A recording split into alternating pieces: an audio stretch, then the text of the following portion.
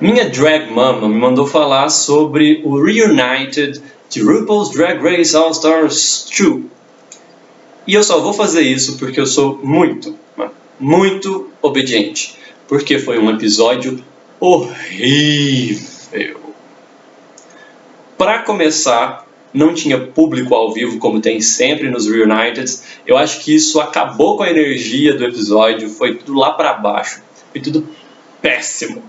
Não gostei.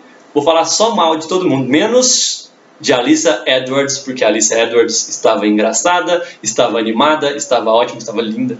Elas todas estavam muito bonitas. Mas foi um episódio chato. Foi um episódio bem chato. Primeiro porque a Katya estava sem energia. A Alaska estava metida, fazendo umas piadas meio narizinho empinado. De um jeito chato, não gostei. Não gostei de nada. As únicas coisas boas foram a Detox reconhecendo que sabia que errou quando eliminou a Alyssa e a Alyssa Edwards. Só. Roxy Andrews também reconheceu que sabia que não merecia estar ali. Mas, né? Todo mundo sabia. Então, nada. Esse vídeo ia ter só 1 minuto e 20 segundos se eu não tivesse acoplado outras coisas para falar. Vou fazer um vídeo de miscelânea para dar aqueles 20 minutos. Não vai dar 20 minutos hoje não. Mas vou falar mais um pouco porque eu quero falar de pelo menos 2 coisas mais. A primeira é Lady Dynamite. Lady Dynamite é uma série nova que está no Netflix. Saiu em maio, eu não conhecia, acabei de conhecer ela. Comecei a assistir, estou no meio da temporada. Eu ainda não vou fazer um vídeo sobre ela porque eu tenho que assistir a temporada inteira para poder falar. Mas todo mundo tem que assistir Lady Dynamite. Vocês 3 que me assistem, vão lá no Netflix e comecem a assistir. Lady Dynamite é meio que Kimmy Schmidt em LSD, uma viagem de ácido louca. E Kimmy Schmidt já é uma viagem de ácido louca, mas Lady Dynamite é muito louca. Para vocês terem uma ideia, é a história de uma comediante que tem um surto psiquiátrico e vai internada. Mas aí a série conta mais a história de como ela saiu desse surto, como ela está tentando retomar a vida dela. Na verdade não, na verdade eles mostram antes dela entrar no surto psiquiátrico, durante o surto psiquiátrico e após o surto psiquiátrico. É muita loucura. O mais divertido é que a Maria Bamford, a atriz que faz a comediante, ela teve um surto psiquiátrico e ela faz um stand-up. Os stand-ups, quase todos delas, são muito fortemente baseados em histórias de doença mental. Ela é hilária. Eu conheci a série porque eu comecei a ver vídeos no YouTube da Maria Bamford e ela é simplesmente hilária. A série é apaixonante. Eu sei que todo mundo agora está meio que envolvido com Haters Back Off. Eu assisti um episódio, Haters Back Off não bateu tanto comigo, achei interessante, mas não me pegou de vez.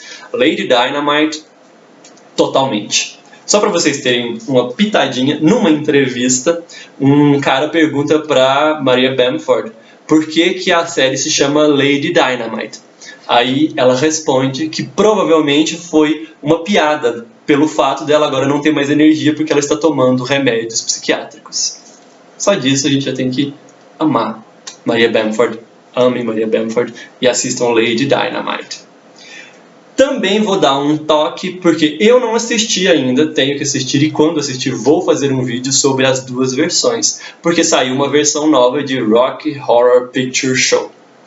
As críticas não estão muito boas, não sei, não vi, não posso falar nada, mas quem conhece a versão original, aquilo é perfeito. E eu vou fazer um vídeo sobre Rocky Horror Picture Show e sobre a nova versão, obviamente. Mas eu ainda vou assistir lá pra frente, não sei quando. Por fim, eu vou falar 2 coisinhas. Primeiro, estou decepcionado com vocês que não deram o devido valor ao vídeo sobre o Dario Fo. Dario Fo merecia que vocês assistissem o vídeo, mas tudo bem. Tá? Procurem aí se vocês não assistiram. Dario Fo é lindo, Dario Fo merece. Não sei agora, dos 3 que me assistem, deve estar só você e é só uma pessoa. Porque eu já falei dos assuntos de viadagem, então já deve estar todo mundo indo embora. Mas você que ficou até aqui, eu quero só falar da maior treta intelectual que está acontecendo na modernidade. Esses dias eu estava lendo pelas internet um jornal aí e descobri que a Oxford University Press, a a imprensa da Universidade de Oxford, a imprensa no sentido não de jornalismo, a imprensa no sentido de que editora de livros, ela vai lançar uma obra completa de Shakespeare. Começou a lançar agora em outubro, não sei se vai de outubro a dezembro, creio que é por agora, está saindo essa edição nova das obras completas. E a Oxford University Press, ela tem um histórico de lançar essas edições do Shakespeare com alguma bomba. A bomba passada aconteceu há 30 anos, em 1986, no mesmo ano em que esta pessoa vinha ao mundo. Lançou-se uma obra completa de Shakespeare e a University Press, Oxford Press, disse que na época, 8 peças do Shakespeare teriam sido escritas em colaboração. Eu não sei se vocês conhecem a treta shakespeariana, vamos fazer uma pincelada aqui. Shakespeare escreveu numa época em que era comum mais de um autor escrever uma mesma peça, porque eles não tinham muita ligação com essa coisa de direito autoral. E porque teatro naquela época era para ganhar dinheiro. Choquem-se, teatro já deu dinheiro. E dava muito dinheiro. Então juntava um grupo de amigos e escrevia uma peça lá bem loucona, bem boa, jogava lá pro teatro, eles ganhavam dinheiro, ficava rico, beleza. Shakespeare inclusive ficou muito rico fazendo teatro. Ele até comprou um título de nobreza para ele mesmo. Um brasão, ele ganhou grana com isso. Mas o mais interessante é que muitas peças elisabetanas eram escritas em colaboração. Isso sempre foi sabido. Algumas das últimas peças do Shakespeare, se eu não me engano, é Os Dois Nobres Parentes. Os Dois Nobres Parentes. É com certeza escrita em colaboração com Fletcher, um outro dramaturgo da época. Mas ninguém nunca esperava que, há 30 anos atrás, alguém falasse que 8 peças do Shakespeare não eram do Shakespeare, eram de mais pessoas. Isso foi um choque na comunidade internacional, tipo, meu Deus, 8 peças do Shakespeare não são do Shakespeare. Ele escreveu 36 ou entre 36 e 40, não tenho certeza do número. Mas ele escreveu umas 40 peças e tipo 8 já não são dele, meu Deus, meu Deus, meu Deus. Passou-se o tempo, a tecnologia aumentou e por programas de computador é possível analisar a estilografia da peça, o estilo em que aquela peça foi escrita e reconhecer por padrões estilísticos de escrita mesmo se um mesmo autor escreveu toda a peça. Foi se descobrindo sempre que algumas peças eram realmente colaborações. 30 anos depois, aquela imprensa lá resolveu fazer uma nova edição das obras completas e o que ela fez? Ela lançou uma bomba. Ela disse que não são 8 peças, são 17 peças em colaboração. O cânon shakespeariano está quase pela metade em colaboração. Segundo 23 sábios que a Oxford University Press reuniu para fazer essa edição. Eles fizeram um estudo, e segundo esses 23 sábios, que eu não sei quem são, as peças são quase todas em colaboração. Mas essa não é a bomba, porque a tal da colaboração já foi aceita pela comunidade internacional. Beleza, é só um número grande, a gente não esperava tanta colaboração. A bomba mesmo é que um dos colaboradores de Shakespeare, na trilogia do Henrique VI, Henrique VI é uma peça histórica do Shakespeare que é dividida em 3 partezinhas. Tem Henrique VI, primeira, segunda e terceira parte. Seria uma das primeiras peças históricas que o Shakespeare escreveu. A coisa da confusão temporal de qual foi a primeira peça que o Shakespeare escreveu também é longa e não dá para debater num vídeo assim miscelânico como esse.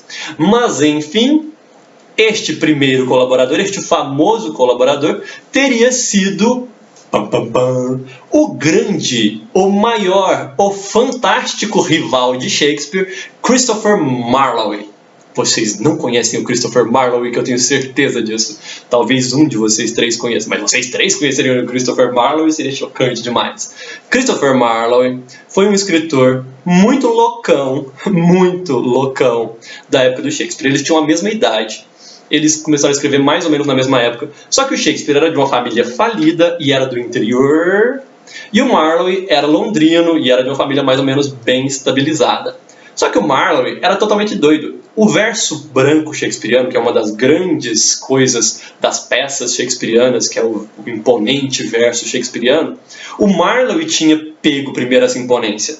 E ele começou a escrever bem cedo, e ele fazia só blockbuster na época, só blockbuster.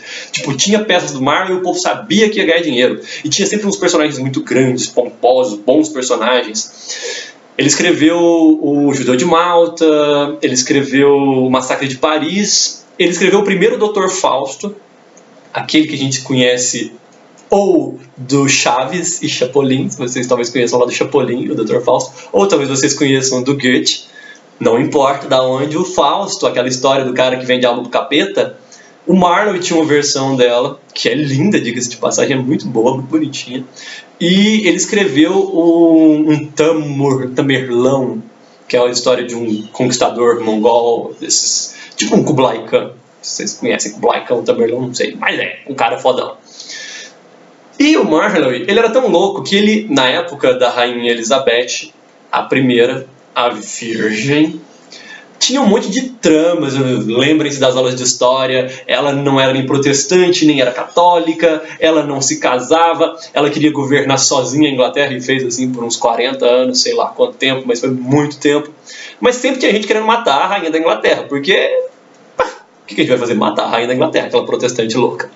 Dizem que o Marlowe era um espião e a história toda se complica quando o Marlowe, aos 29 anos de idade, 29, Shakespeare morreu com quase 60, se eu não me engano.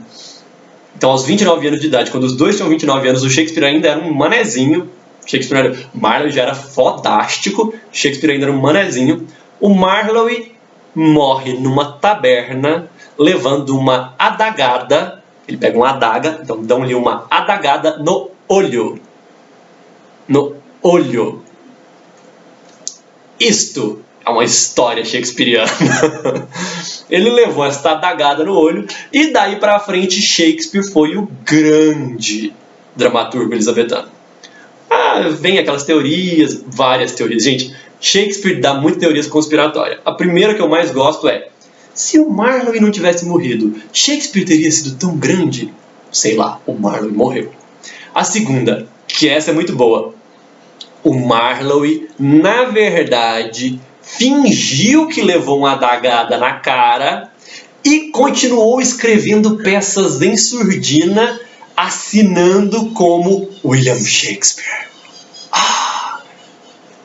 Essa teoria cai por terra porque descobriram que os Henriques VI foram escritos em colaboração entre o Shakespeare e o Marlowe. Aí, como o Marlowe ia fingir que era o Shakespeare e escrever como o Shakespeare e escrever como o Marlowe? Não dá. Seria impossível. Mas uma das mais divertidas e que eu fico sentido de que não possa mais ser usada é a do Harold Bloom. Harold Bloom, grande crítico shakespeariano, americano, sumidade, escreveu aquele livraço gigantesco, bíblico, que se chama Shakespeare, a Invenção do Humano. O Bloom ama Shakespeare, ele idolatra o Shakespeare, ele é assim, capaz de tudo pelo Shakespeare. E uma das grandes teorias do Shakespeare é que tudo que o Shakespeare escreveu na vida era uma resposta ao que o Marlowe tinha feito, numa forma de querer destruir a obra do Marlowe criando uma obra melhor. Então existe uma rivalidade literária que o Shakespeare leva pela vida toda. Vamos lembrar que o Marlowe morreu com 29 anos, por volta de 1590, essa adagada aconteceu na cara dele, e o Shakespeare vai morrer em 1616, 30 anos depois, e Shakespeare escreveu A Tempestade no finalzinho da vida, foi quase uma das últimas peças dele, 1611, 12, por aí. E o Marlowe escreveu o Dr. Fausto antes de 1590. E o Bloom tem a capacidade de dizer que A Tempestade, o Próspero da Tempestade, é uma resposta ao Fausto marloviano. Eu acho muito psicodélica essa coisa. Eu gosto dessa teoria porque ela é psicodélica. É uma teoria doida, muito doida. Tipo, Shakespeare passou a vida inteira intrigado que o Marlowe tinha escrito aquelas coisas e ele queria superar o Marlowe.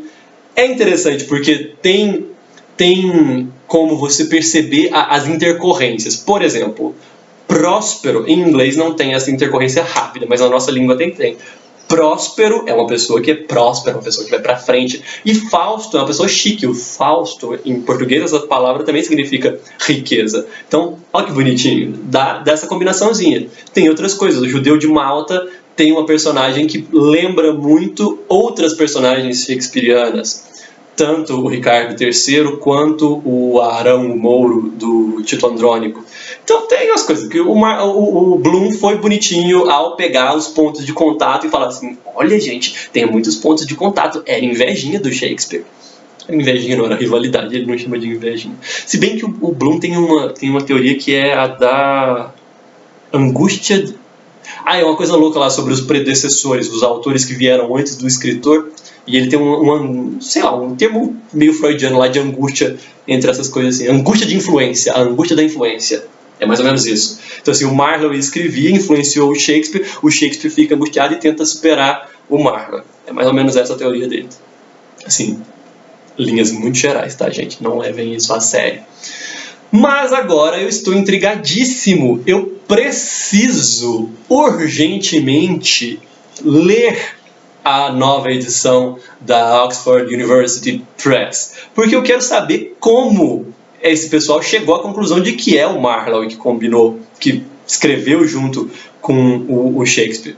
Porque, assim, primeiro, cai por terra a teoria do Bloom, dessa rivalidade louca, porque a teoria do Bloom, shakespeariana, ela se baseia muito numa rivalidade, assim, tipo, briga ferrenha entre o Shakespeare e a memória até do Marlowe. Então, assim, eu queria muito saber o que eles viram fora a estilografia da peça, para eles falarem qual que é a justificativa psicológica, a psicologia dessa descoberta que eles invocam. Provavelmente 23 sábios não vão colocar uma coisa muito divertida.